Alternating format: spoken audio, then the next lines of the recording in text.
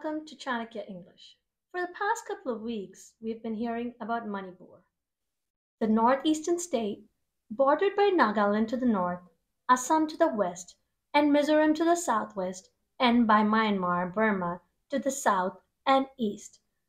The name Manipur means land of gems.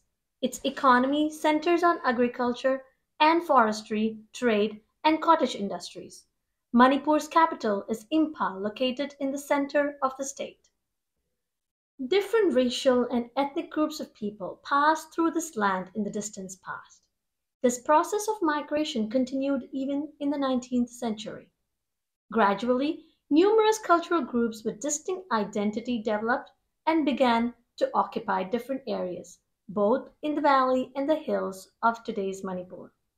Of the three major tribes in Manipur, the Meitei Hindus, Nagas, and Kukis, the valley is mostly populated by Meitei Hindu tribe, while the hill is mostly populated by Naga and Kuki tribes. It is essential to note that majority of the Christian missionaries got to the hill region, and 80% of the tribes were converted to Christianity. The hills occupy 90% of the state area, and the valley is only 10% and home to 60% of the people.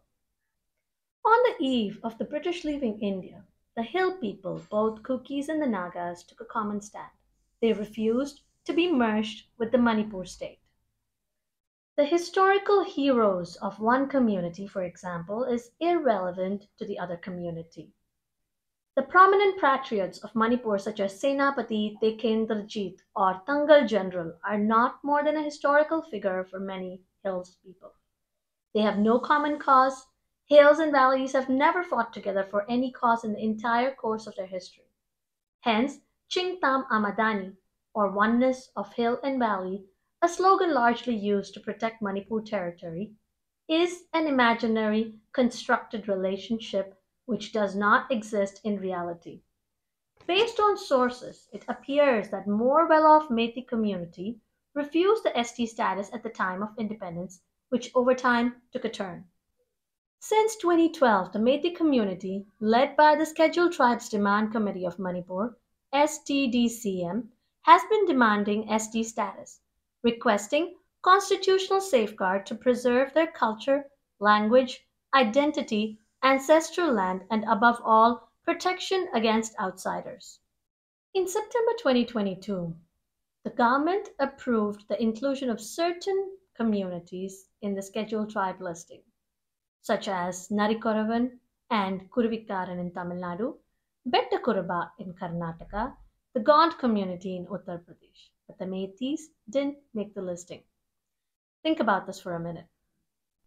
Earlier, the British played divide and rule policy to turn the ethnic, linguistic, cultural, religious, tribal differences within Manipur to their advantage to ensure stability, supremacy, and power. India continues the same with the use of Article 371C of the Indian Constitution. This categorization of the same people from the same ancestor and same origin into two different classes as general and tribal or hill and valley people is the root cause of this communal politics inciting one ethnic group against another under India. Further, to add salt to the injury, the Indian Parliament in the 11th year of the Republic of India passed the Manipur Land Revenue and Land Reforms Act 1960 exclusively for the valley districts without covering hill districts, under which the hill people and outside migrants are allowed to settle in the valley, whereas the Meiteis are not allowed to settle in the hills. In other words, the hill people from 90% of the land areas of Manipur are allowed to migrate and settle in the valley, which is 10% of the land area of Manipur.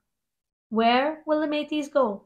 This extremely discriminatory law was enacted under the provisions of the Article 371C of the Indian Constitution.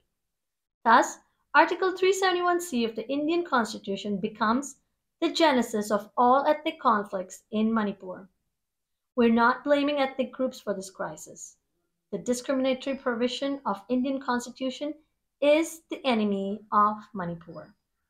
Many have brought forth the growing Manipur crisis in the last 7 decades, and suggestions to amend the Indian constitution have been surfacing for many years now, including the voice of prominent author and medical practitioner Dr. Kamdan Singh Leeson is yet to be heard. Thank you for listening to Chanakya. Stay tuned for more updates. Signing out, this is Nirmala Venkatraman.